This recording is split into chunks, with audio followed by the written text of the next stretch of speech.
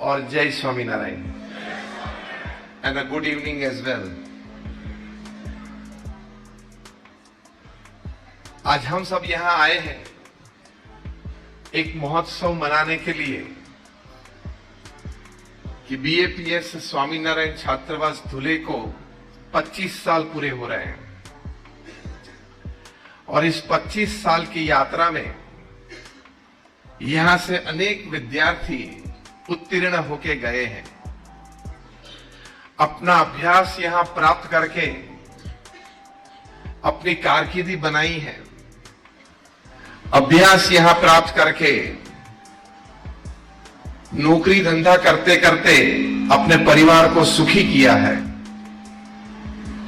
अपना अभ्यास यहां छात्रावास में पूरा करने के बाद समाज उपयोगी थोड़ी मोटी अच्छी सेवाएं भी की हैं। तो ये बीएपीएस स्वामीनारायण छात्रावास धुले का ये बहुत बड़ा प्रदान व्यक्ति के जीवन में, परिवार के जीवन में, समाज के जीवन में है।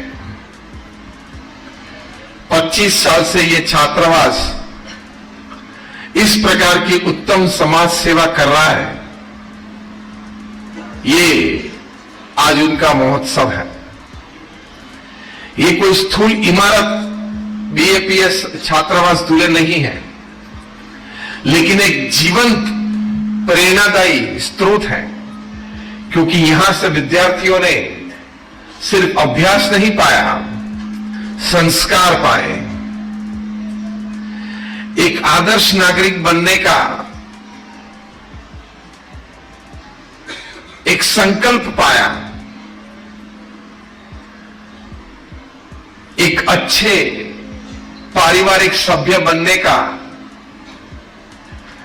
संकल्प लेकर के प्रतिज्ञा ली। तो इस प्रकार के सद्विचार, इस प्रकार का सदाचरण, इस प्रकार के सद अभिगम, सदवर्तन यहां इस छात्रावास में पिछले 25 साल में हजारों विद्यार्थियों ने पाए। ये समझ लो, कलयुग में ये सत्युग समास्थान प्रमुख स्वामी महाराज ने 25 साल पहले यहां धुले को भेंट दी थी।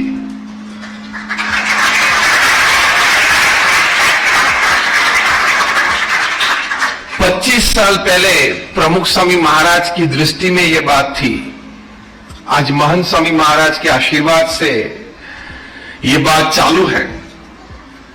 प्रमुख स्वामी महाराज के मन में यह बात थी कि ये छात्रावास हम बनाए, उसके पीछे मुख्य मकसद क्या है। अगर एक वाक्य में हमें कहना है तो प्रमुख स्वामी महाराज अक्सर कहा करते थे कि चारित्र दृढ़ करे और चारित्रवान समाज तैयार करे। यह उनका एक जीवन सूत्र था, मकसद था समाज उत्कर्ष के लिए। उसके लिए प्रमुख स्वामी महाराज ने यह छात्रावास माउंट आबू से अब चालू करे तो मुंबई तक, और अगर डीप एरियाज में जाए तो यहां धुले और नागपुर तक हर 50 किलोमीटर माउंट आबू से लेकर मुंबई तक बीएपीएस की एक शैक्षणिक संकुल है। इसके पीछे मकसद ये है। प्रमुख स्वामी महाराज अक्सर एक दूसरी बात भी कहा करते थे, जो उनके जीवन अनुभव से ये बात थी। वे कहते थे कि अगर आप अपने बच्चों को संस्कारित नहीं करेंगे तो एक दिन शायद आपके जीवन में, परिवार में आ सकता है कि आप संपत्ति और संतति दोनों गवा देंगे। यह न हो समाज में, अनेक परिवार में। इसलिए प्रमुख स्वामी महाराज ने यह छात्रावास का निर्माण 25 साल पहले किया था। और यह तो शाश्वत कार्य है, यह रुकने वाला नहीं है, ये दिन प्रतिदिन बढ़ने वाला है। और समाज में भविष्य में, आज तो हजारों हैं, भविष्य में लाखों होंगे, करोड़ ऐसे होंगे, करोड़ों होंगे, जो व्यक्ति, जो नागरिक बोलेगा कि मैं कोई ना कोई बीएपीएस के छात्रावास में पढ़ा हूं और जो कुछ भी मैं आज हूं, professionally, socially, individually, family wise, जो भी मेरे में नैतिकता, प्रामाणिकता के सद्गुण हैं, मैं बहुत बहुत आभारी हूं बीएपीएस के छात्रावास का।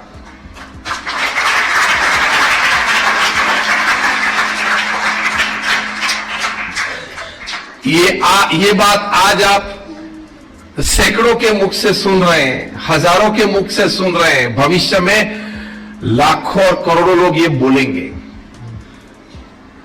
ये बहुत बड़ा एक स्वप्न, ये बहुत बड़ा एक संकल्प, ये बहुत बड़ी एक शक्ति प्रमुख स्वामी महाराज ने समाज उत्कर्ष के लिए, समाज उत्थान के लिए, समाज में सद्गुण प्रेरित करने के लिए ये कार्य द्वारा समाज को भेंट दी है।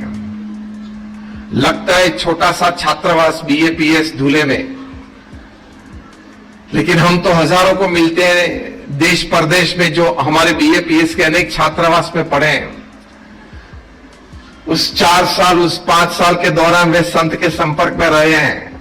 छात्रावास की अनेक युवा प्रवृत्ति में वे सम्मिलित हुए हैं और जीवन के सबसे बड़े, सबसे बेहतरीन, सबसे उत्कृष्ट पाठ जो सामान्य स्तर पे स्कूल या कॉलेज में नहीं पाए जाते, वे लोग पाते हैं। इन शॉर्ट, प्रमुख स्वामी महाराज की अनेक विध समाज उपयोगी प्रवृत्ति में से एक ये प्रवृत्ति छात्रावास की, जिसको हम हॉस्टल बोलते हैं, बीएपीएस हॉस्टल की ये प्रवृत्ति वो अद्भुत है, अद्वितीय है, दिव्य है। उसके फल आज भी समाज में हैं और भविष्य में समाज चमकेगा ऐसे युवा जब समाज में नैतिकता और प्रामाणिकता, चारित्र के आदर्श दर्शन करवाएंगे। तो ये उसका मकसद है। हम सब यहां बैठे हैं, आज ये विशिष्ट सभा है, ये निमित्ती है। प्रथम हम सब चाहते हैं कि हमारा जीवन ऐसा बने कि हम एक आदर्श परिवारजन बने, हाँ या ना? हम कार्य क्षेत्र में सफल शायद बाद में बने, पहले हम एक आदर्श परिवारजन बने, हाँ या ना? Because family is your first place. परिवार आपका प्रथम स्थान है। अंग्रेजी में एक और भी कहावत है, if you won the whole world and lost your family, you are a loser. आपने पूरी दुनिया जीत ली, बहुत बड़ा धंधा किया, करोड़ों रुपये आपने कमाए, लेकिन अगर आप एक अच्छे परिवारजन नहीं बन पाए, पति या पत्नी नहीं बन पाए ठीक, बेटा या बाप नहीं ठीक बन पाए, बहन या भाई ठीक नहीं बन पाए, तो आपने अच्छी तरह से मनुष्य जीवन तो नहीं जिया, लेकिन आपको जीवन में कभी संतोष नहीं मिलेगा। इसलिए ये कहावत है कि if you want the whole world but still if you lost your family, that means if you have complain from your family, परिवार में आपके प्रति कुछ शिकायत है कि समय नहीं दे रहे हैं, ध्यान कम रख रहे हैं, बच्चों को संस्कारित नहीं किया, अनेक प्रकार के पारिवारिक सद्गुण हैं, ये अपने जीवन में दृढ़ नहीं किए, तो you will be tagged as a loser. आपने जीवन गंवा दिया। और रिवर्स भी है, शायद आपने नौकरी धंधे में कम सफलता प्राप्त की, लेकिन एक सुखी, शांत और संतोषयुक्त पारिवारिक जीवन अगर आपने जिया, तो यू आर अ विनर। आपने जीवन जीत लिया। तो ये एक वास्तविकता को जब हम लेके चलते हैं, तब जो आज का विषय है, मेरा परिवार सुखी परिवार, हम सब बैठे हैं, हम सब में से कितने लोग ये चाहते हैं कि मेरा परिवार सुखी परिवार हो? Just raise your hands. हम सभी चाहते हैं। वो जादू से नहीं होता है, प्रयत्न करना पड़ता है। And it is not an overnight happening, एक रात में वो नहीं होता है, उसके लिए प्रयत्नशील होना पड़ता है। लेकिन मैं शायद ये समझता हूं कि आप लोगों के मन में सबसे प्रथम प्रश्न तो ये उठता होगा कि ये तो बोलने वाले एक संत है, घर बार का कोई अनुभव नहीं है, परिवार को छोड़ के आए हैं, बाल ब्रह्मचारी है, शादी नहीं की, बच्चे नहीं है, तो इस विषय पे बात करने का उनका अधिकार क्या है? ये प्रश्न आपके मन में स्वाभाविक उठ सकता है और ये योग्य है कि ये विषय पे ये व्यक्ति कैसे बात कर सकती है। कुछ दो पुस्तक पढ़ लिए और बात करना चालू कर दिया, ये ठीक नहीं है। तो बात ऐसी नहीं है, मैं आपको समझाऊं कैसे। एक वाक्य याद रखना,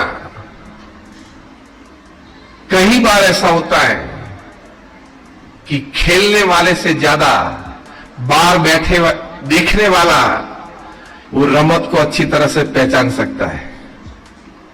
मोर than the player the coach knows the game better. आप यूरोप की सभी फुटबॉल टीम्स ले लो, इनमें से 90% फुटबॉल टीम्स के कोच ने इस कक्षा का फुटबॉल कभी नहीं खेला। आप 90% ओलंपिक के मेडल विनर्स को पूछ लो, gold medal, silver medal, bronze medal के विनर्स को पूछ लो, उनमें से 90% विनर्स के कोच ने कभी ओलंपिक नहीं खेली। लेकिन बाहर बैठे बैठे गेम को अच्छी तरह से एनालाइज किया। याद रखना ये सब वाक्य, बाहर बैठे बैठे गेम को अच्छी तरह से एनालाइज किया। कौन सा प्लेयर कौन सी जगह पे अच्छी तरह से फिट होके योगदान कर सकता है, उसके बारे में अच्छी तरह से सोचा। गेम जिताने में, ट्रॉफी जिताने में प्लेयर्स की जितनी स्किल्स, उतना ही कोच की बुद्धि की आवश्यकता है, उतनी ही आवश्यकता है।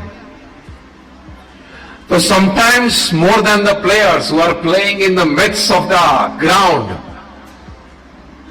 can be well guided by coach who has never played the game at that level. वो कक्षा तक वो रमत नहीं खेली है, बाहर बैठे बैठे अच्छी तरह से गेम को जानते हैं।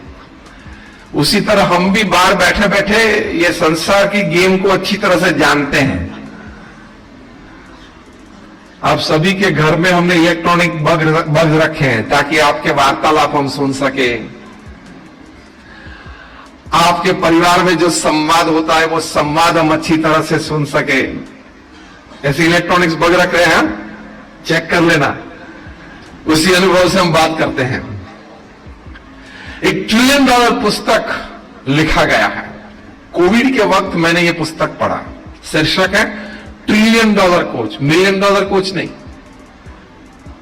$1 बिलियन कोच नहीं, $1 ट्रिलियन कोच। इस पुस्तक में लिखा है क्या?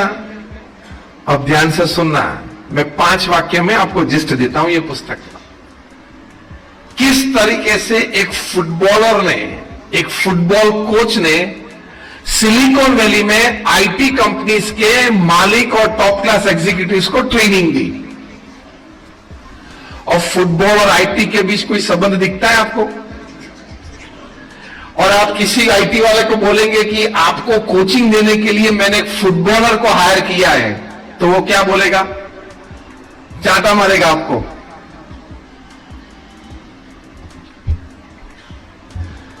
तो ये $1 ट्रिलियन कोच पुस्तक में बिल कैम्पबेल नाम के फुटबॉलर, जो अपनी प्लेइंग डेज पूरी करने के बाद कोच भी बने थे, उन्होंने गूगल कंपनी के मालिक लैरी पेज को ट्रेन किया है। अब फुटबॉलर कोई आईटी कंपनी के मालिक को ट्रेन कर सकता है? गूगल कंपनी के vice president products Eric Schmidt को ट्रेनिंग दी है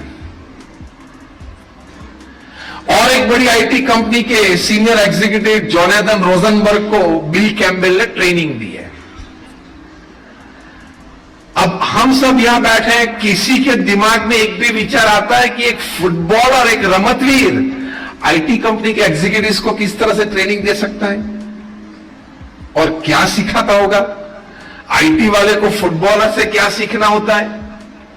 इस $1 ट्रिलियन कोच पुस्तक में लिखा है कि किसी को ट्रेनिंग देने के लिए कंपनी की प्रोडक्ट जानने की जरूरत नहीं है, कंपनी का ग्रोथ स्ट्रेटेजी जानने की जरूरत नहीं है, कंपनी की मार्केटिंग या सेल्स पॉलिसी जानने की जरूरत नहीं है। जानने की जरूरत इतनी सिर्फ है कि कंपनी में जो लोग साथ में काम कर रहे हैं, टॉप मैनेजमेंट में, मिडिल मैनेजमेंट में, लोअर मैनेजमेंट में, उन सभी के बीच एक दूसरे के प्रति सद्भावना कितनी है, एक दूसरे को कितनी अच्छी तरह से समझ सकते हैं, एक दूसरे के आइडियाज और प्लान्स पे अच्छी तरह से पॉजिटिव डिस्कशन किस प्रकार से कर सकते हैं, इतना ही बिल कैम्पबेल ने इन सभी को सिखाया है।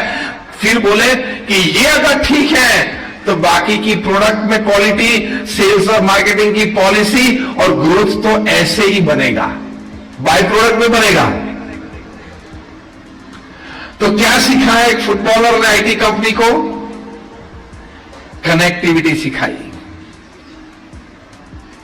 सूरतभाव और प्रेम सिखाया, एक दूसरे को समझने की तैयारी सिखाई, एक दूसरे का पूर्ण तरीके से स्वीकार, कमी भी हो सकती है कोई व्यक्ति में, लेकिन अब जब टीम में साथ में आए, हम एक प्लेटफॉर्म पे हैं, तो एक दूसरे का स्वीकार। तो ये एक फुटबॉल अगर आईटी कंपनी के एग्जीक्यूटिव्स को ट्रेन कर सकते हैं, तो बीएपीएस के सभी संत तो घर घर जाते हैं, परिवार के साथ बैठते हैं, परिवार के प्रश्न जानते हैं। और सबसे बड़ी बात, प्रमुख स्वामी महाराज ने 7.5 लाख ऐसे प्रश्न के उत्तर लिखे, 3.5 लाख परिवार के घर जाकर उनसे चर्चा की, उनके प्रश्न का समाधान किया, 40 लाख लोगों को व्यक्तिगत मिले, उनके व्यक्तिगत पारिवारिक प्रश्न का समाधान दिया। उस समाधान को आपसे शेयर करने की ये बात आज का मंच और आज की सभा है।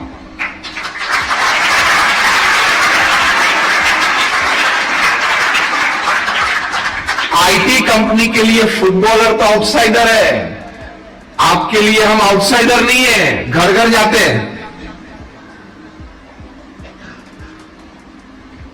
तो पारिवारिक जीवन सुखी हो, समृद्ध हो, शांतिमय हो, संतोष युक्त हो, इसके लिए थोड़े विचार हैं, थोड़े अभिगम हैं, थोड़े वर्तन हैं जो हमें दृढ़ करने हैं।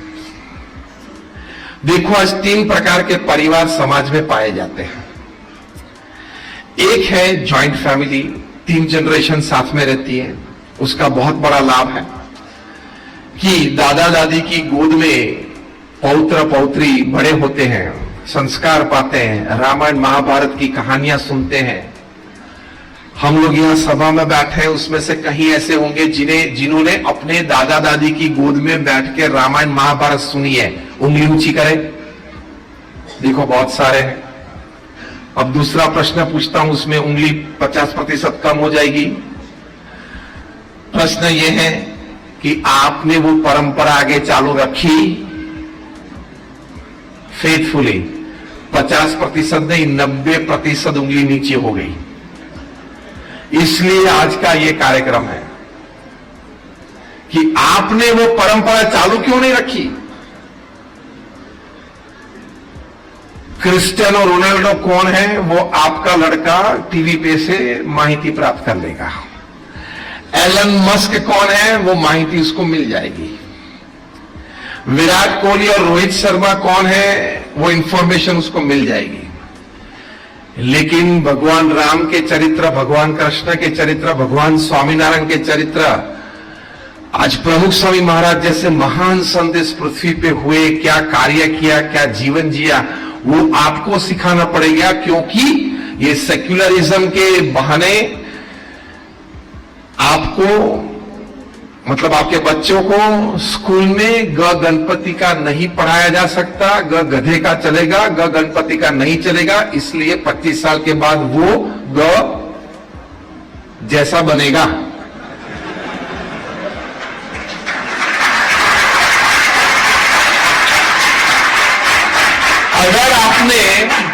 अगर आपने ग गणपति का पढ़ाया तो एक समाज में आंदोलन चालू हो जाएगा बिन सांप्रदायिकता के नाम से कि यू आर सैफ्रनाइजिंग एजुकेशन, आप शिक्षण का भगवीकरण कर रहे हो। लेकिन बिन सांप्रदायिकता का अर्थ कोई धर्म नहीं, ऐसा नहीं, सभी धर्म अच्छे हैं, सभी धर्म की सीख अच्छी है और उस सीख के मुताबिक हम चले तो हम एक अच्छे मनुष्य बन सकते हैं।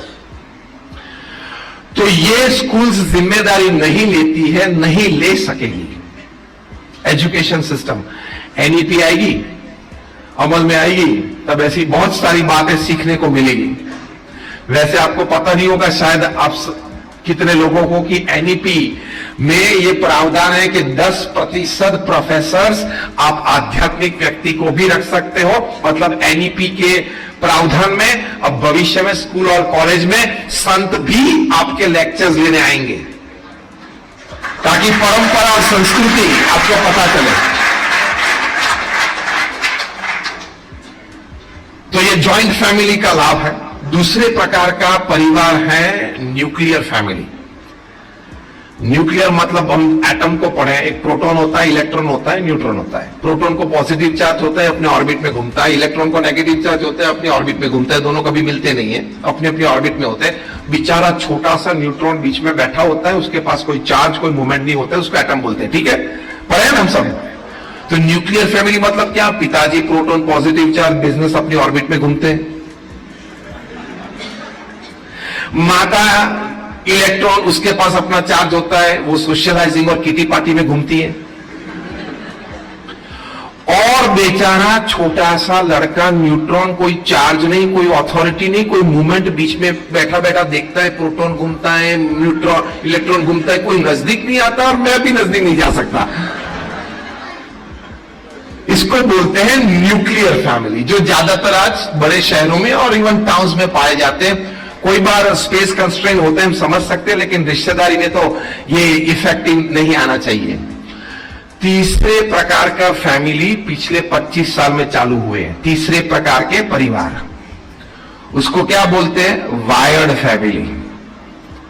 मतलब क्या है? घर में सब साथ में रहते हैं, एक ही रूम में बैठे होते हैं, एक ही टेबल पे बैठे होते हैं डिनर के बाद, लेकिन बातचीत या अटेंशन एक दूसरे के प्रति नहीं होता है। कहां होता है? आप सभी जानते हो, प्रवचन पूरा। साथ में बैठे हैं लेकिन वृत्ति प्रवृत्ति गैजेट में है।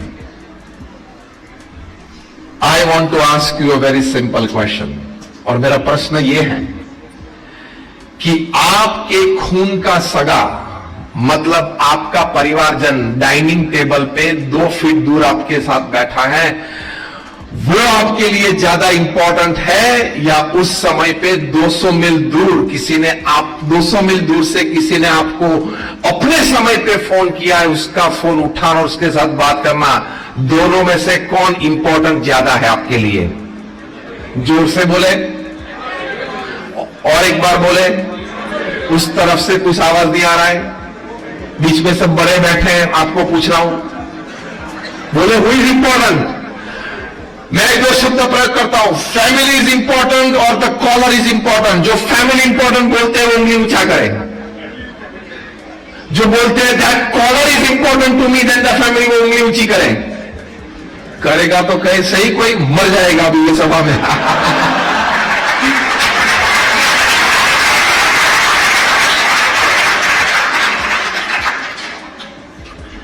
आपने उंगली ऊंची की, आपने ताली बजाई, इसका मतलब यह है कि आज रात से 3 फरवरी 2023, आज रात से अब रात्रि भोजन में परिवार के साथ बैठेंगे तो आप मोबाइल फोन दूसरे रूम में रख के बैठेंगे।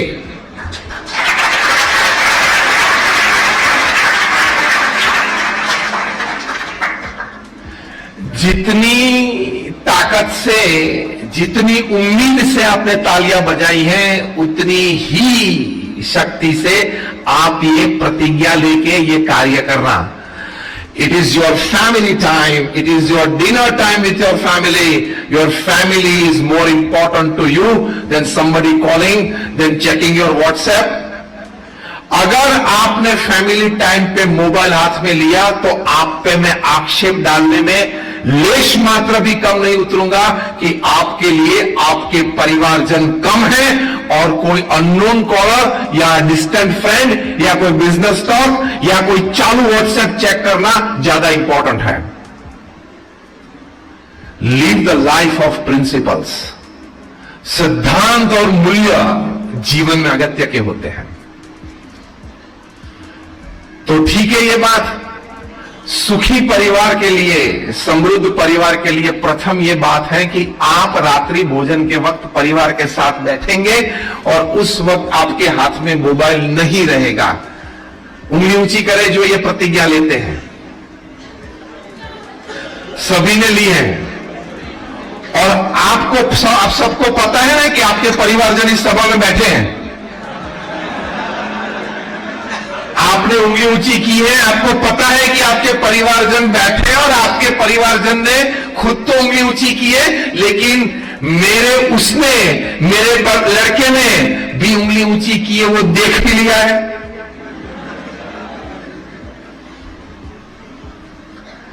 ये तो ऐसे ही लाइटर टोन में बात कर रहा हूं, लेकिन बात ये है। तो प्रथम बात जो प्रमुख स्वामी महाराज करते थे कि परिवार के लिए आप क्वालिटी और क्वांटिटी समझ दें। कुमार मंगलम बिरला इतने बड़े उद्योगपति, 5 लाख करोड़ का कॉन्ग्लोमेरेट है। From salt to software they make everything. Kumar Mangalam Birla और उनके धर्मपत्नी का इंटरव्यू 15-20 साल पहले की बात है, टाइम्स ऑफ इंडिया ने लिया था। आज भी वो पेपर कटिंग मेरे पास है। प्रश्न ये पूछा था कुमार मंगलम बिरला जी को कि आप इतना बड़ा कॉन्ग्लोमेरेट चला रहे हो, मतलब द आदित्य बिरला ग्रुप, उनके पिताजी का नाम आदित्य बिरला, और बहुत 50 साल की छोटी सी आयु में उनके पिताजी का कैंसर से देहांत हुआ था। बहुत छोटी सी आयु में, 28 साल की आयु में कुमार मंगलम बिरला आदित्य बिरला ग्रुप के चेयरमैन बने थे और बहुत अच्छी तरह से ही स्टीयर्ड इस ग्रुप टू ऑल प्रोग्रेस। हम जानते हैं कॉर्पोरेट वर्ल्ड में बहुत बड़ा नाम। प्रश्न ये पूछा कि आप इतनी बड़ी कॉर्पोरेट की जिम्मेदारी लेके बैठे हो, 5 लाख करोड़ का आपका एनुअल टर्नओवर है, दुनिया के 60-70 देशों में आपका व्यापार चल रहा है, आपका ऑफिस टाइम, आपका ट्रैवल टाइम, आपका मीटिंग टाइम, आपका एडमिनिस्ट्रेटिव टाइम, ये सभी के बीच आप परिवार के लिए समय निकाल सकते हो? ये प्रश्न पत्रकार ने पूछा। कुमार मंगलम बिरला उत्तर देना चालू करे उसके पहले उनके धर्मपत्नी ने कहा कि ये उत्तर मैं देना चाहूंगी, और उन्होंने कहा, अब सब ध्यान से सुनना, ये हम सभी के लिए बहुत प्रेरणादायी बातें हैं। कुमार मंगलम बिरला जी के धर्मपत्नी ने कहा कि it is a custom in the Birla house that at 8 PM everybody has to deposit their mobile with the mother. ये हमारे बिरला परिवार में क्या बोले हुए, उन्होंने कहा कि हमारे बिरला परिवार में ये रिवाज है, एक कस्टम है कि रात को 8 बजे सभी अपना मोबाइल फोन मातृश्री को डिपॉजिट कर देते। आश्चर्य लगा पत्रकार को, जैसे आपको अभी लगा होगा, क्योंकि मोबाइल की दुनिया ही खुलती है 8 बजे के बाद। मोबाइल की असली दुनिया ही खुलती है रात को 8-9 बजे के बाद। आश्चर्य लगा।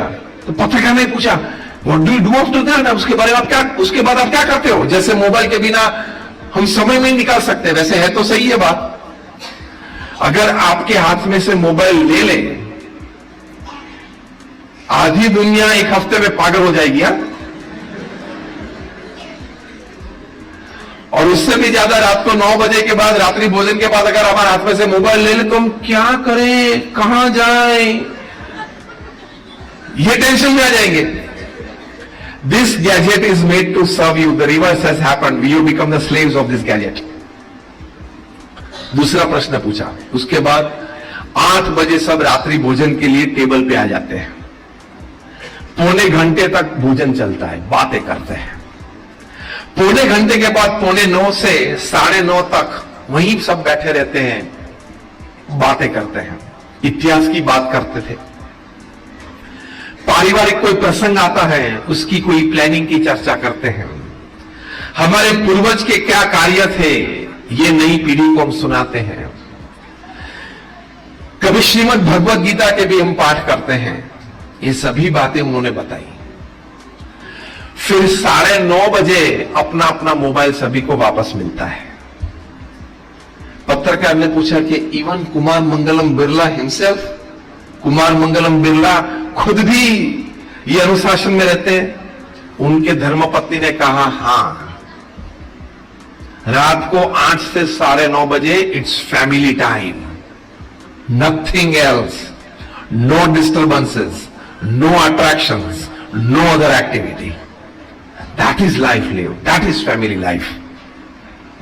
9:30 बजे मातृश्री सभी को अपना अपना मोबाइल देते हैं इमरजेंसीज और अर्जेंसीज चेक करने के लिए। इमरजेंसीज और अर्जेंसीज ना हो तो मैसेज कर देते हैं, कल सुबह 10:30 बजे ऑफिस में बात करेंगे। और सभी अपने अपने रूम में जाते हैं, सभी सदस्य एक अच्छी किताब पढ़ते हैं, क्योंकि दूसरे दिन फैमिली टाइम, डिनर टाइम के वक्त सभी को जो पुस्तक पढ़ रहे हैं उसकी बातें एक के बाद सभी करते हैं। तो परिवार में 5 सभ्य हैं तो पांचों एक एक पुस्तक पढ़ते हैं, चालू रहता है, रोज 5 पेज पढ़ते हैं, 10 पेज पढ़ते हैं, रात को दूसरे दिन बात करते हैं। तो 1 महीने में सभी को 5 अच्छी किताबें की बातें सुनने को मिलती है। This is family life. आप तो टीवी चालू करके सामने बैठे खाना चालू रखते हो, हाँ या ना? मैंने बोला ना, हमने इलेक्ट्रॉनिक बल्ब्स और वीडियो कैमरास आपके घर में रखे हैं, सभी बातें पता चलती है।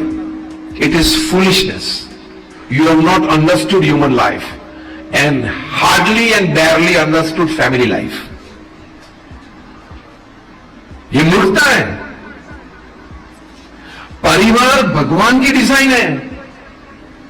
अब ये मत समझना कि ट्रेन में हम साथ में बैठे थे और फिर कुछ रिश्तेदारी चालू हुई और फिर मैरिज हो गए और फिर ये फैमिली हुआ, ऐसा नहीं है।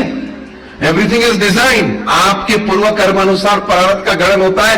तो आप पति पत्नी के रूप में, बच्चों के रूप में, माता पिता के रूप में, भाई बहन के रूप में साथ में आए हो, तो ये भगवान की डिजाइन है।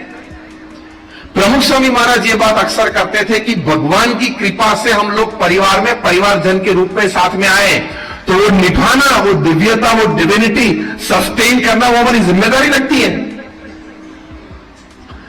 तो पहली बात यह है पारिवारिक जीवन में समय देना। वॉरेन बफेट इतने बड़े धनाढ़ी व्यक्ति, $100 बिलियन का इन्वेस्टमेंट है। कभी कोई यहां बैठे हो तो एक बार कैलकुलेटर में $100 बिलियन लिखने का प्रयत्न तो करना। कैलकुलेटर ना बोल देगा कि इतनी डिजिट नहीं आएगी अंदर। 1 बिलियन मतलब 12 जीरोज होते हैं, 100 मिलियन मतलब 24 जीरोज होते हैं एक के बाद। कैलकुलेटर लेगा ही नहीं, कैपेसिटी नहीं है कैलकुलेटर के पास। वॉरेन बफेट को पूछा आपकी दिनचर्या क्या है? $100 बिलियन का इन्वेस्टमेंट। वॉरेन बफेट ने कहा सुबह 9 से शाम को 6 मैं बिजनेसमैन हूं, शाम को 6 से रात को 9 तक मैं एक फैमिली मेंबर हूं, और रात को 9 से 10:30 तक मैं एक आध्यात्मिक अस्तित्व हूं। This is called family life, this is called living a life. From morning 9 to evening 6 I am a businessman. From evening 6 to evening 9 I am a family man, and from 9 to 10:30 PM I am a spiritual entity. मैं कुछ अच्छी बातें पढ़ता हूं, विचार करता हूं। तो कुमार मंगलम बिरला और वॉरेन बफेट अगर ये कर सकते तो आप जनाब कौन हो?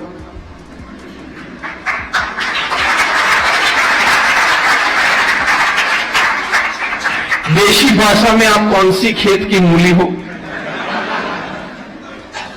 अगर आप ये बोलेंगे कि मुझे तो समय नहीं मिलता, दुकान रात को 10 बजे तक चालू रखनी पड़ती है और ये करना पड़ता है, रात को 9 बजे तक तो मैं घर ही नहीं आ सकता, तो हम ये समझने के लिए तैयार हैं कि आप वॉरेन बफेट और कुमार मंगलम बिरला से भी ज्यादा व्यस्त है। तो फिर दूसरी बात तो समझा दो कि उनसे ज्यादा धन आपके पास है। आपने लाइफ को बैलेंस नहीं किया। सिर्फ बच्चे तो ऐसे बड़े हो जाएंगे, परिवार तो चलेगा, 70-80 साल का जीवन पूरा होगा, लेकिन अगर आप अपनी छाती पे, अपनी अंत अवस्था पे हाथ रख के ये नहीं बोल सके कि I am satisfied with my life and my family life, आपने जीवन गंवा दिया है। कई परिवार में तो बागान में जैसे घास बड़ा होता है उसी तरह बच्चे बड़े होते हैं। हमारे पूज्य विवेक सागर स्वामी कई बार एक प्रसंग कहते थे, दक्षिण गुजरात में सांकरी के पास के कोई गांव की ये बात है। कोई व्यक्ति आया था प्रमुख स्वामी महाराज के दर्शन के लिए। विवेक सागर स्वामी ने पूछा उनको कि आपके लड़के कितने हैं? उन्होंने गिनाए, ये ऐसे 6 गिनाए, ये 6। विवेक सागर स्वामी ने कहा वो भरत शिकागो में, सॉरी वो भूल गए, 7वां बराबर 7। ये प्रसंग मुझे विवेक सागर स्वामी कहते हैं। You know your children, you must know your children well. किस तरह से? अब मैं 1-2 प्रश्न पूछूंगा, आप सभी फेल होंगे। मैं हमेशा जब सभा में प्रश्न पूछता हूं तो उसका रिजल्ट पहले से अनाउंस कर देता हूं। तो अब मैं 2 प्रश्न पूछूंगा, आप सभी फेल होंगे, और सिर्फ फेल नहीं, मिजरेबली फेल होंगे। आपको माइनस में मार्क्स मिलेंगे सभी को। हां, पहला प्रश्न, अगर आपको पूछा जाए कि आईपीएल के 10 प्लेयर के आप नाम बोले, तो आप कितने प्लेयर के बोलेंगे? 20 के बोलेंगे, हाँ या ना? हाँ। दूसरा प्रश्न मैं आपको पूछूं कि बॉलीवुड के 5 नाम आप बताए, तो आप बोलेंगे स्वामी बहुत कम, छोटा सा फिगर आपने दिया। क्योंकि वहां जो होता है इसके लिए आप सभी बहुत चिंतित हैं, हमें पता है। बॉलीवुड में जो कुछ होता है इसके लिए आप सभी बहुत चिंतित हैं, सुबह 6 बजे से चिंतित हैं। वो पेज 3 के लिए, पेज 3 में जो मसाला आता है उसकी बात, उसकी कहानी में आपको एक वाक्य में बोल देता हूं, ताकि रोज के आपके 30 मिनट न बिगड़े। पेज 3 की बात क्या है? कल शाम को जो 2 साथ में आए थे वो आज दोपहर को अलग हो गए। आज दोपहर को जो 2 अलग हुए उसमें से एक आज शाम को किसी और के साथ जुड़ गया। ये पेज 3 की कहानी, मैंने आपको शाश्वत कहानी बता दी। अब आप समय मत बिगाड़ना कि ये एक्टर का क्या हुआ, ये प्रोड्यूसर का क्या हुआ। घर में एक छोटा सा 8 साल का बड़ा एक्टर खड़ा है वो क्या एक्टिंग कर रहा है वो तो पता नहीं है। तो दूसरे प्रश्न में भी मैं आपको 5 नाम पूछूं, आप मुझे 15-25 बताएंगे, लेकिन तीसरे प्रश्न में आप फेल होंगे। मैं अगर आपको पूछूं कि आपका लड़का या आपकी लड़की जो टीनेज अवस्था में है, युवा अवस्था में है, उसके 5 मित्र का नाम आप मुझे बताए, आप नहीं बता पाएंगे।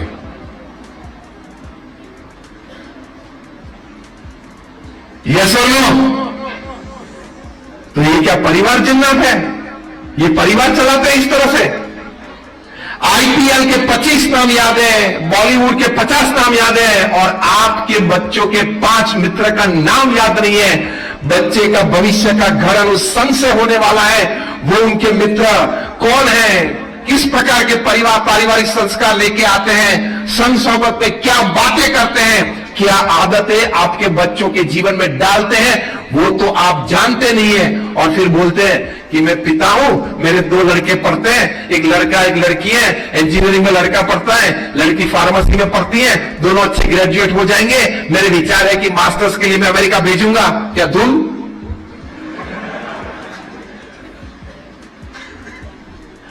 व्यवस्था बच्चों की अलग बात है, संस्कारित बच्चे तैयार करना वो अलग बात है। आप सभी अपने बच्चों के लिए व्यवस्था उत्तम करते हैं, जो भी आपकी पास शक्ति है, व्यवस्था है। वो व्यवस्था तो जंगल में पशु भी करते हैं, पता है? मैंने 2 बच्चे को अच्छी पढ़ाई करके सेटल किया, वो अभिमान की जरूरत नहीं है। जंगल में शेरनी 4 बच्चे को हंटिंग जो सिखाती है, अद्भुत ट्रेनिंग है। वो देखा है कभी नेशनल ज्योग्राफी में? उसमें वो मास्टर्स डिग्री करवाती है अपने बच्चों को, किस तरह से हंटिंग करना। तो 2 बच्चे को ट्रेन करके बड़ा किया, वो बड़ी बात नहीं होती है।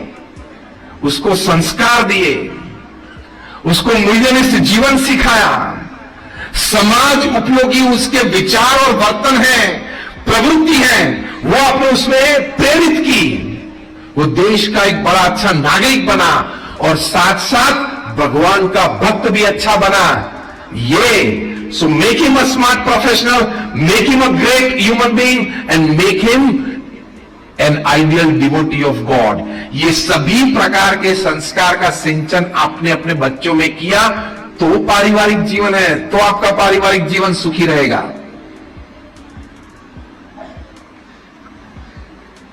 दूसरी बात है पारिवारिक जीवन में पति पत्नी के संबंध। पता है दिल्ली में रोज 70 से 80 डिवोर्स केसेस कोर्ट में दर्ज होते हैं। मुंबई में भी 70, 80, 90 केसेस बांद्रा में फैमिली कोर्ट है, वहां दर्ज होते हैं। हैदराबाद, सिकंदराबाद ट्विन सिटी में रोज के 100। इतनी सारी तकलीफें लोगों को क्यों पड़ती होगी? और आश्चर्य की बात यह है, इन सभी में से 5% केसेस 60 की ऊपर की उम्र वाले के होते हैं। About the age of 60। अब भाई साहब 25 साल की आयु में आपकी शादी हुई, 35 साल चले गए, आप 60 साल को, अब क्या तकलीफ आई कि डिवोर्स के लिए आप दर्ज करते हो केस? डिवोर्स लॉयर्स ने मुंबई में एनालाइज किया why people about the age of 60 are registering for divorces. 5 कारण नक्की हुए। प्रथम कारण क्या था पता है? Suddenly my spouse has lost the sense of dressing. क्या मतलब? अचानक मेरे पति या मेरी पत्नी को ड्रेसिंग सेंस चली गई है। भाई साहब 60 साल की उम्र में कुर्ता पायजामा पहने, वो 3 पीस सूट ही है। दूसरा कारण पता है? बेडरूम में पंखे की स्पीड। डिवोर्स का कारण 60 साल की उम्र के ऊपर के वाले की बात है। Speed of the fan in bedroom. आपको 5 की स्पीड चाहिए, आपके स्पाउस को 3 की चाहिए। दोनों एडजस्ट कर देना। Life is adjustment and compromise. 3 वाले को 4 की प्रैक्टिस करनी है, 5 वाले को 4 की प्रैक्टिस करिए, 4 पे आ जाओ ना। और अगर फिर भी ठंड लग रही है तो एक कंबल जरा ज्यादा ले लेना। वो भी नहीं जमा तो बेड के नीचे सो जाना।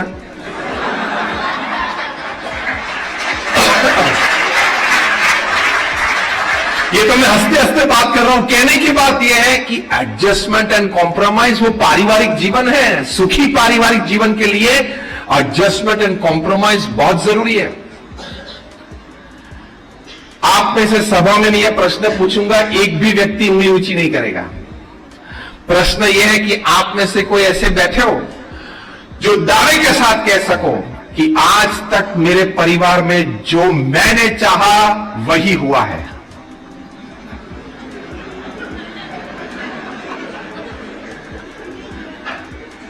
कोई उंगली तो ऊंची करे, आसपास के लोग काट देंगे उसको।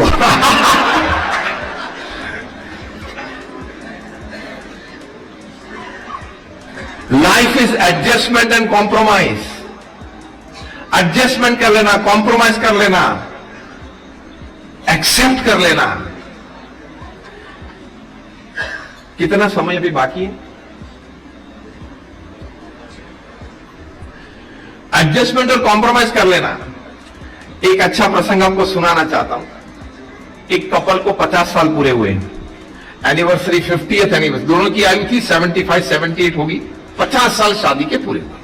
फ्रेंड्स और फैमिली मेंबर्स ने पार्टी रखी, दोनों मंच पे बैठे थे सामने 200-250 लोग बैठे थे, सब एक एक करके मंच पे आते थे और उस परिवार के साथ, उस कपल के साथ अपने अच्छे अनुभव शेयर करते थे। 3 घंटे बीत गए। फिर कोई व्यक्ति सभा में बैठा था, बुद्धिशाली था, उसने प्रश्न पूछा उंगली ऊंची करके, can I ask a question? Couple ने कहा ठीक है पूछ लो। उसने पूछा what is the secret of your happy married life?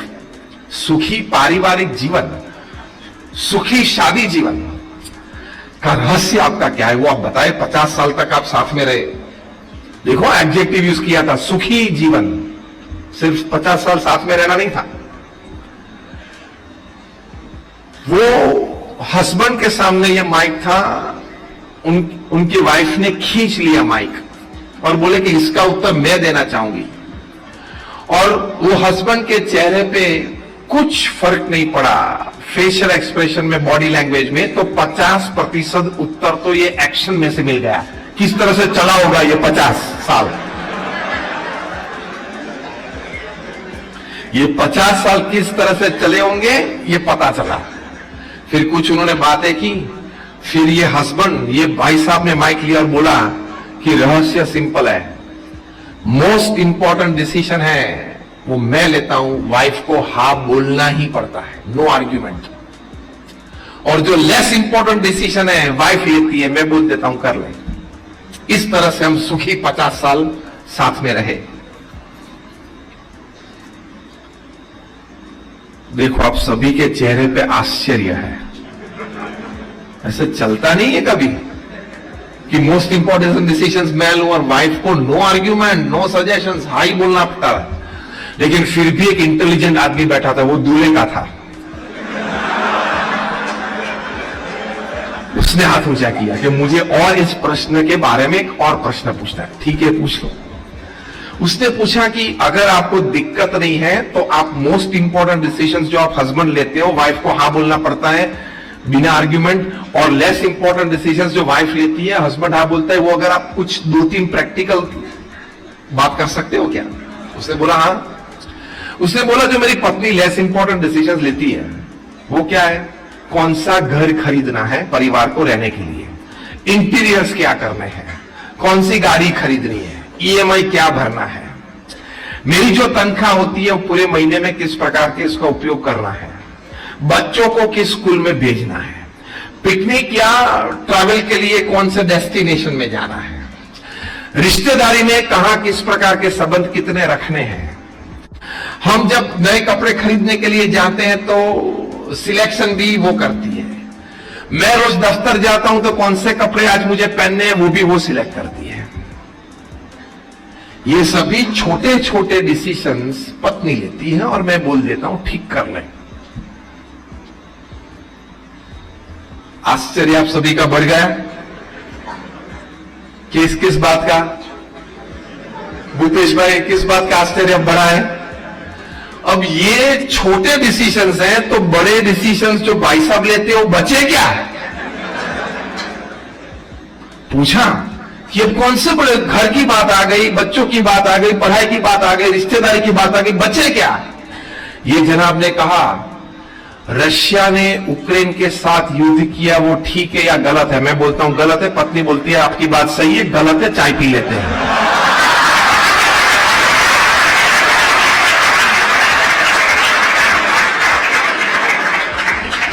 Afghanistan से अमेरिका हट गया, वो निर्णय ठीक था या नहीं? मैं बोलूंगा ठीक नहीं था। पत्नी बोलती है आपकी बात सही है, चाय पी लेते हैं। तो जो निर्णय हमारे 4 दीवारों को इफेक्ट करता है वो पत्नी लेती है, जो निर्णय वैश्विक होते हैं वो मैं लेता हूं।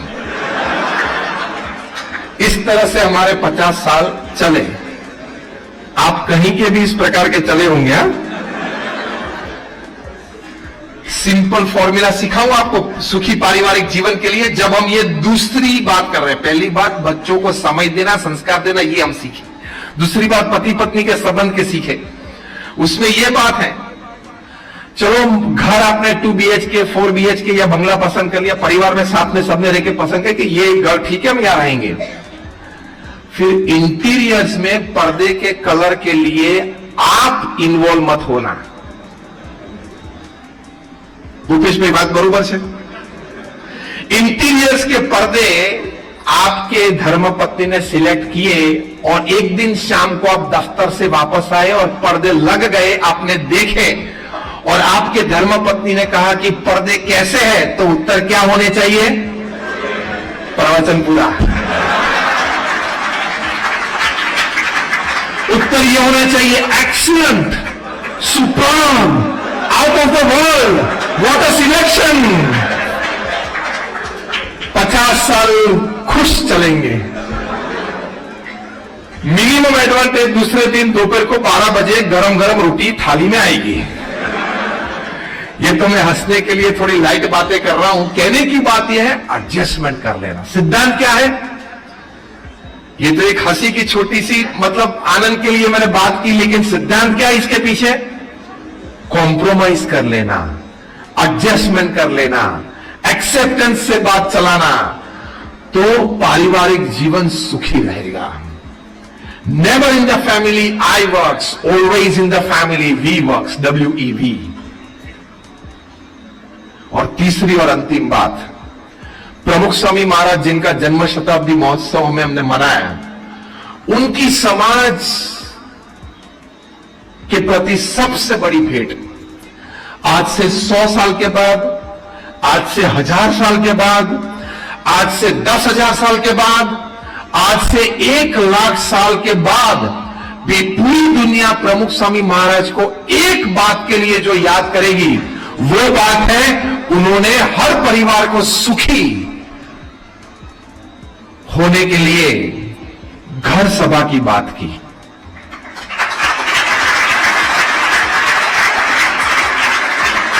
ये घर सभा क्या होती है, हम अभी 5 मिनट में ये प्रवचन पूरा करेंगे। मैं आपको घर सभा समझा दूं ताकि आप कुछ यहां से लेके जाए। शब्द तो आपने सुने, तालियां भी बजाई, हंसे भी सही, कोई 2 विचार भी आपको मिले।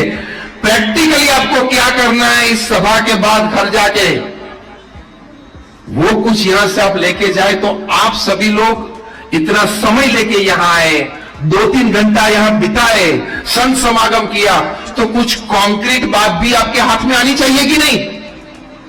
तो कॉन्क्रीट बात यह है कि प्रमुख स्वामी महाराज ने घर सभा की बात की। वो क्या है? अब शांति से 3-5 मिनट सुनना। आपके घर में आपके जितने परिवारजन आप रहते हो, हफ्ते में 2 बार रात को रात्रि भोजन के बाद एक आध्यात्मिक आधे घंटे के सेशन के लिए साथ में बैठना। उस आधे घंटे में प्रथम 5 मिनट जो भी भगवान के स्वरूप में आपको श्रद्धा है, वो भगवान का नाम स्मरण आप साथ में समूह में करना है। क्योंकि नाम स्मरण की रिसर्च साइंस में हुई है। Doctor Andrew Newberg, doctor H.G. Koenig, university of Philadelphia, university of Pennsylvania, मैं आपको नाम देता हूं, आप गूगल पे जा सकते हो। नाम स्मरण पे उन्होंने साइकोन्यूरो सॉफ्टवेयर से जो भगवान का नाम स्मरण करते हैं, उस वक्त शरीर में किस प्रकार के हार्मोन्स रिलीज होते हैं, उसकी क्या इफेक्ट होती है, वो साइंटिफिक तौर पे 4000 व्यक्तियों पे प्रयोग किया है। 4 साल का छोटे से बच्चे को लेकर के 80 साल के बूढ़े तक। उन्होंने बोला कि नाम स्मरण जब आप भगवान का करते हो, तब आपके अंतर में, मतलब आपके शरीर में हार्मोन्स कॉर्टिजोल और एपिनेफ्रिन नाम के 2 हार्मोन रिलीज होते हैं, जिसकी वजह से आप शांति महसूस कर सकते हो, आप स्थिरता का अनुभव कर सकते हो। You are cooling down, you are calming down your self. साइंस ने तो ये थोड़ा बताया, आध्यात्मिक लाभ तो बहुत बड़े। तो 5 मिनट नाम स्मरण करना और 10 मिनट हमारे बड़े सदग्रंथ है, रामायण है, महाभारत है, श्रीमद् भगवत गीता है, उसका पठन करना। IIM अहमदाबाद ने श्रीमद् भगवत गीता को ऑफिशियल कोर्स में इंडक्ट किया है, management lessons from Shrimad Bhagavad Gita. सभी कुछ बातें यहां आपको मिलेगी। अब ध्यान से सुनना, मैं एक वाक्य बोल रहा हूं। आप में से कोई भी व्यक्ति, हर कोई व्यक्ति रादर, आज रात को घर जाके अपने जीवन का कोई एक प्रसंग याद करना, अच्छा या बुरा, कोई भी एक प्रसंग पिकअप करना। वो प्रसंग रामायण या महाभारत में कहीं ना कहीं बना होगा, देख लेना। सीधा सोशल काउंसलिंग मिल जाएगा। आपने रामायण अच्छी तरह से पढ़िए, सुनिए, घर में कोई प्रश्न है तो इतना तो पता चलेगा कि ये प्रश्न में मेरा रोल क्या है। अंग्रेजी में कहावत है, knowing the role in the problem is half solve. Role क्या है? आप पारिवारिक प्रश्न में ये कुछ घर में तकलीफ हुई तो आप दशरथ हैं, आप राम हैं, आप कैकेयी हैं, या आप मंथरा है, वो पता तो चलेगा आपको। रामायण पढ़िए तो knowing your role in the problem is half solve. तो 10 मिनट के लिए ये पढ़ना, फिर 5 मिनट के लिए चर्चा करना कि क्या बात अच्छी लगी, फिर 5-10 मिनट के लिए डेज हैपनिंग्स, दिन में आपके बच्चे स्कूल गए, कॉलेज गए, वो कोई अच्छी बात है सुनाएं, आप दफ्तर से गए कोई अच्छी बात सुनाएं, घर में जो माता है वो कुछ घर में कुछ बात बनी अच्छी बात है वो सुनाए, पड़ोस की कुछ बात सुनाए, फैमिली बॉन्डिंग होता है। और वो भगवान की आरती करके ये आधे घंटे का आध्यात्मिक कार्यक्रम आप पूरा करते हो। इसको घर सभा प्रमुख स्वामी महाराज कहते थे। प्रमुख स्वामी महाराज अपने विशाल अनुभव से, क्योंकि 60 देशों में 18,000 गांव और शहरों में वे गए हैं, 7.5 लाख पत्र के उत्तर लिख के दिए हैं, 3.5 लाख परिवारों के साथ उनके घर जाके चर्चा की है, हमारे जैसे 1200 संतों को दीक्षा दी है, 55,000 का स्वयंसेवक दल खड़ा किया है, 1300 hospital, hostel, school, college, community centre, संस्कार केंद्र, मंदिर, अक्षरधाम बनाए हैं, 40 लाख लोगों को व्यक्तिगत मिले। वे अपने अनुभव से कहते थे, उनके शब्द मैं अक्षरशः बोलता हूं, वे कहते थे घर सभा से विश्व शांति होगी।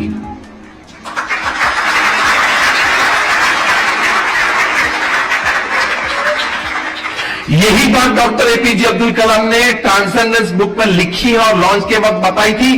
The beauty of character brings harmony in the family, harmonised families bring strength in the society, strong societies bring law and order in the nation, law and order in the Nations bring world peace. ये अब्दुल कलाम साहब ने बात बताई, तो वही बात घर सभा की है। घर सभा नाम का पुस्तक हमने प्रकाशित किया है, बुक स्टोर में मिलता है। व्यक्तियों को पूछ के, उनकी अनुमति लेके उनके रियल प्रसंग लिखे हैं। कई परिवारों में सास और बहू के बीच प्रश्न थे जो यूनिवर्सल हैं, 60% केसेस कोर्ट में यही चल रहे हैं। तो सास और बहू के बीच झगड़ा मिट गया, पिता और पुत्र के बीच मतभेद था वो मिट गया, भाई भाई दोनों धंधे में आए, दोनों के बीच कुछ घर्षण था वो मिट गया, परिवार सुखी हुआ। ऐसे लाखों प्रसंग बने। ये घर सभा पुस्तक में 5-25 हमने लिखे हैं। तो ये सब लाभ होने वाले हैं। All the energy in your professional life you get from a happy family life. आपके व्यवसायिक जीवन में जो आपको ताकत चाहिए वो सुखी पारिवारिक जीवन में से मिलेगी। सुखी पारिवारिक जीवन व्यवसायिक शक्ति के लिए स्रोत है, फाउंडेशन है। तो घर सभा से विश्व शांति होगी। सुखी पारिवारिक जीवन के लिए 3 बातें मैंने आपको बताई। प्रथम बात है बच्चों को संस्कारित करना, समय देना। दूसरी बात मैंने बताई कॉम्प्रोमाइज करते रहना, एडजस्टमेंट करते रहना, एक्सेप्टेंस लेवल बढ़ाते रहना। और तीसरी बात बताई आध्यात्मिक, जो प्रमुख स्वामी महाराज कहा करते थे कि घर सभा हफ्ते में 2 बार करना। आप कल से ही, आज की आपकी सभा हो गई, कल से ये प्रयोग करना, 6 महीने चलाना। 6 महीने के बाद अभी जो लाभ मैंने आपको बताए उसमें से कोई लाभ अगर आपको नहीं मिला तो यहां संत रहते हैं, आनंद जीवन स्वामी बैठे हैं, सभी संत बैठे हैं। आप उनको आके बोलना कि वो प्रोडक्ट की बात करते थे, तभी वो संत आके, वो हमने 6 महीने तक प्रयोग किया, हमको तो कुछ लाभ नहीं मिला।